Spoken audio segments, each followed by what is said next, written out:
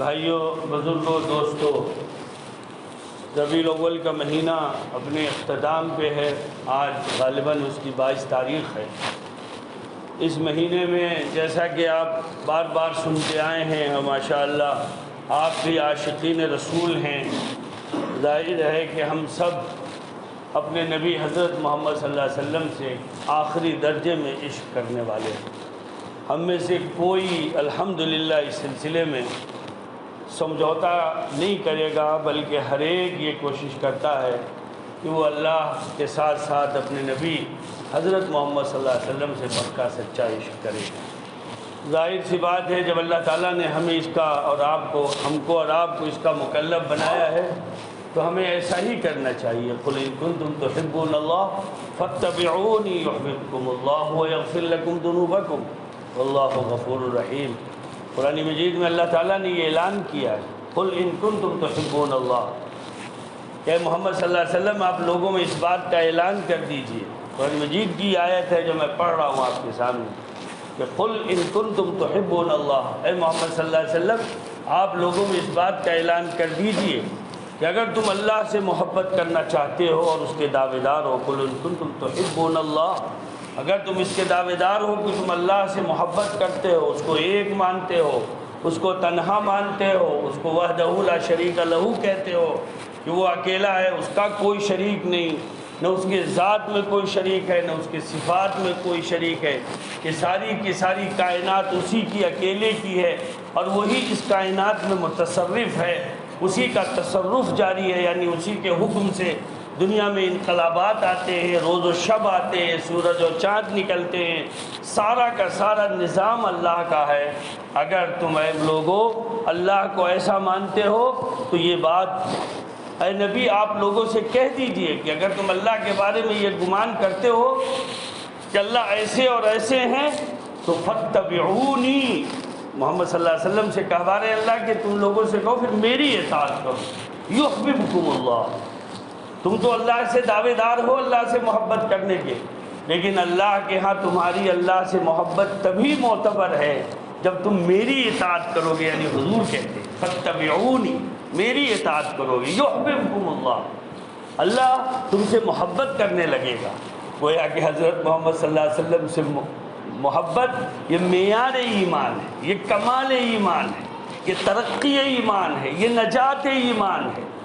اللہ ہی سے صرف محبت ہو اور خدا نخواستہ حضرت محمد صلی اللہ علیہ وسلم سے ادنا درجے بھی کم ہو تو اللہ کہتے ہیں کہ پھر اللہ اس سے محبت نہیں کرے۔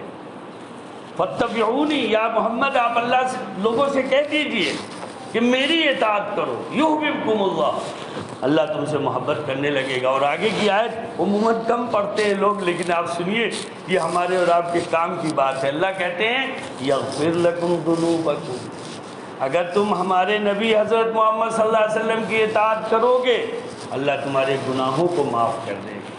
بھائیو، جب ہم کوئی سنت پہ عمل کرتے ہیں، جب ہم کوئی سنت اپنی زندگی میں لاتے ہیں تو آپ اندازہ نہیں لگا سکتے کہ ہمارے کتنے گناہ معاف ہوتے ہیں۔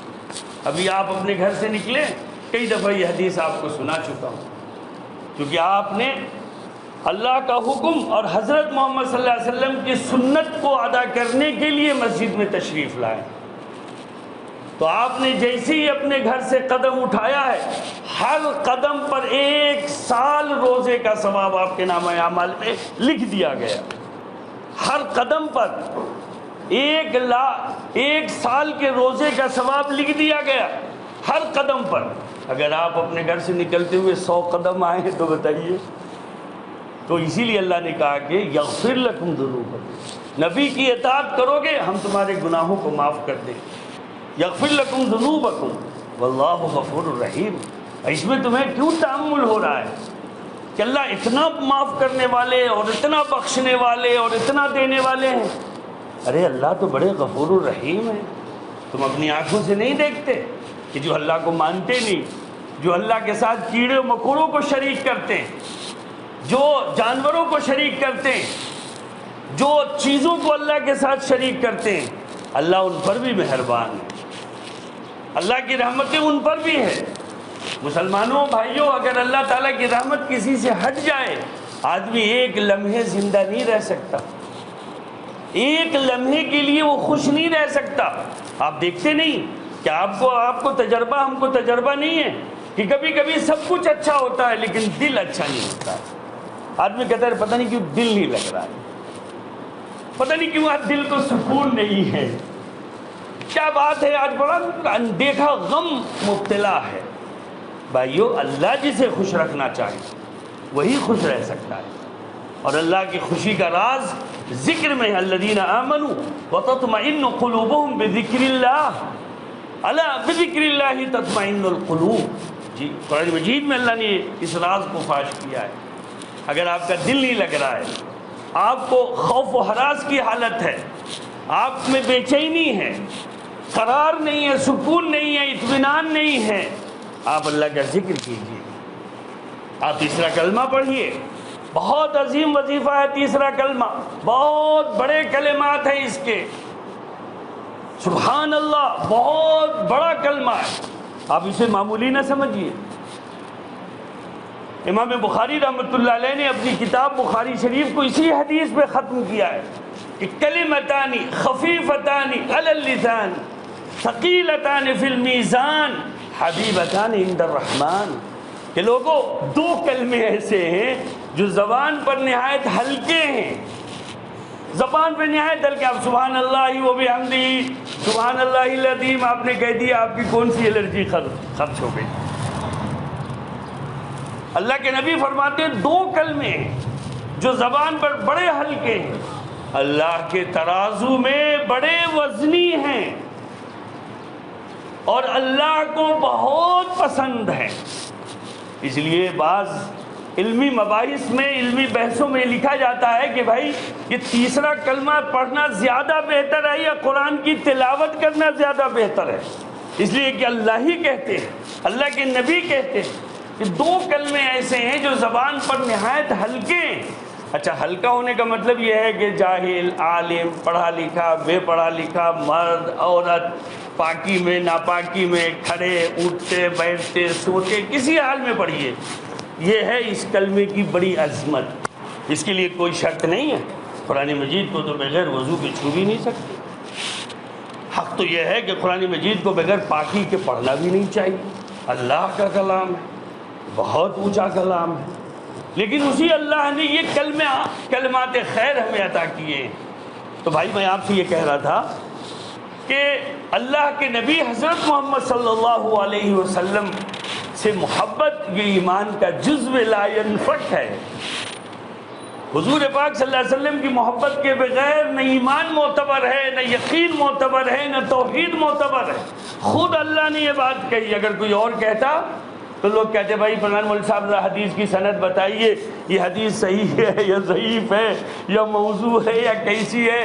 قرآن مجید میں سورہ آل عمران میں اللہ نے دوسری رکوع میں یہ بات کہی، قل ان کنتم تحبون اللہ، اے محمد صلی اللہ علیہ وسلم لوگوں سے کہہ دیجئے اگر تم اللہ کی محبت کے دعوے دار ہو، فاتبعونی، تو میری اطاعت کرو۔ کیا ہے حضور صلی اللہ علیہ وسلم کی اطاعت؟ یہ پورا کا پورا دین حضور صلی اللہ علیہ وسلم کی اطاعت ہے۔ ہم نمازیں پڑھیں، ہم وقت پہ نماز ادا کریں، ہم اپنے سے متعلق حقوق ادا کریں، ہم جھوٹ نہ بولیں، ہم برائی نہ کریں، ہم کسی کی غیبت نہ کریں، ہم چغل خوری نہ کریں، ہم گھر میں اپنی بیویوں پر ظلم نہ کریں، ہم گھر میں اپنی بیویوں پر ظلم نہ کریں، گھر میں ماحول خوشگوار رکھیں، اچھا رکھیں، گھر میں ہر شخص خوش ہو، خوشی کی کوشش کریں، گھر میں اجتماعی طور پر بیٹھ کے برائی نہ کریں، ٹی وی اور اس طرح کے برے پروگرام سے اپنے آپ کو بچائیں، کچھ وقت اللہ کا ذکر کریں، ایک دوسرے کو اچھائی پر آمادہ کریں، سلام کو رواج دیں، گھر میں یہ تعلیم ہو کہ خواتین جو کام کریں وہ بسم اللہ الرحمن الرحیم سے کریں، جو گھر میں آئے سلام کر کے آئے، یہ اور اس طرح کی جو باتیں، یہی تو ہے سیرت، یہی تو ہے سنت۔ میں اکثر کہتا ہوں اپنی تقریروں میں، لوگ فون کر کے پوچھتے ہیں مولانا صاحب یہ بتائیے ناخن کاٹنے کی سنت کیا ہے؟ اچھا تو کیا آپ کو گھر والوں کے ساتھ رہنے کی سنت معلوم ہے؟ گھر میں زندگی گزارنے کی سنت معلوم ہے؟ درود ہو حضرت محمد عربی صلی اللہ علیہ وسلم پر۔ ماں عائشہ صدیقہ رضی اللہ تعالی عنہ حضور پاک صلی اللہ علیہ وسلم کی گھریلو زندگی بیان کرتے ہیں، وہ بیان کرتی ہیں، کہتی ہیں کہ کان بشر من البشر، میرے سرتاج میرے سرکار گھر میں ایک عام انسانوں کی طرح رہتے تھے۔ یفلی ثوبہ ویحلب شعتہ ویخدم نفسہ، آپ اپنے کپڑے بھی خود ہی جھاڑ لیا کرتے تھے، جی آپ اپنی بکریاں خود ہی دودھ لیا کرتے تھے۔ ایک حدیث میں ہے کہ آپ خود ہی اپنی جوتیاں سل لیتے تھے، آپ جھاڑو پوچھا بھی کر لیا کرتے تھے، ہم لوگوں کے کام کاج میں ہاتھ بھی بٹا دیا کرتے تھے۔ کہتی ہے کان بشر من البشر یفلی ثوبہ ویحلب شعتہ ویخدم نفسہ، یہ سنت ہے۔ مردوں میں ہاتھ جوڑ کے کہتا ہوں، یہ جو تم نے اپنی بیویوں کو مارکیٹ کے حوالے کر دیا ہے، بات تو تھوڑا خراب ہے لیکن بڑی سچی ہے۔ تم نے بڑا ظلم کیا ہے ہوا کی بیٹیوں پر، سبزی ترکاری کپڑا شپڑا سب تم ہی اب ان کے حوالے کر چکے ہو۔ نہیں، خواتین کو گھروں میں رکھو، وہ جتنا گھر میں رہیں گی، وہ جتنا ذکر و فکر کریں گی، وہ جتنا قرآن مجید کی تلاوت کریں گی، وہ جتنا گھر میں اللہ اللہ کریں گی، خدا کی قسم تم تاجر ہو تمہارے تجارت میں برکت ہوگی، تم کاروباری ہو تمہارے کاروبار میں برکت ہوگی۔ یہ وظیفہ اللہ نے اپنے نبی کی بیویوں کو دیا تھا۔ وَقَرْنَ فِي بُيُوتِكُنَّ وَلَا تَبَرَّجْنَ تَبَرُّجَ الْجَاهِلِيَّةِ الْأُولَى وَأَقِمْنَ الصَّلَاةَ وَآتِعْنَ الزَّكَاةَ وَأَطِعْنَ اللَّهَ وَرَسُولَهُ، اے نبی کی بیویاں اپنے گھروں میں قرار سے رہو اور جاہلوں کی طرح باہر نکل کر اپنے حسن و جمال کی زیبائش اور آرائش نہ کرتی پھرو، اور گھروں میں رہ کر قرآن پڑھو، زکوٰۃ دو، تلاوت کرو، اور نبی کے کام کے لیے دعا مانگو کہ نبی کو جو ذمہ داریاں ملی ہیں اللہ تعالیٰ حضرت محمد صلی اللہ علیہ وسلم سے ساری ذمہ داریاں بحسن خوبی انجام دے۔ اگر تم ایسا کرو گے تو تمہارا گھر جنت نشان بن جائے گا۔ یہ سنتیں ہیں۔ آج یہ سنتیں رخصت ہو گئیں گھروں سے۔ جب مارکیٹ میں جائیے عورتوں کی بھیڑ ہے، کیا ہے بھائی، نمازی کی بیوی، بے نمازی کی بیوی، حاجی کی بیوی، غیر حاجی کی بیوی، فلانے کی بیوی اور فلانے کی بیوی، جس کو دیکھو مارکیٹ۔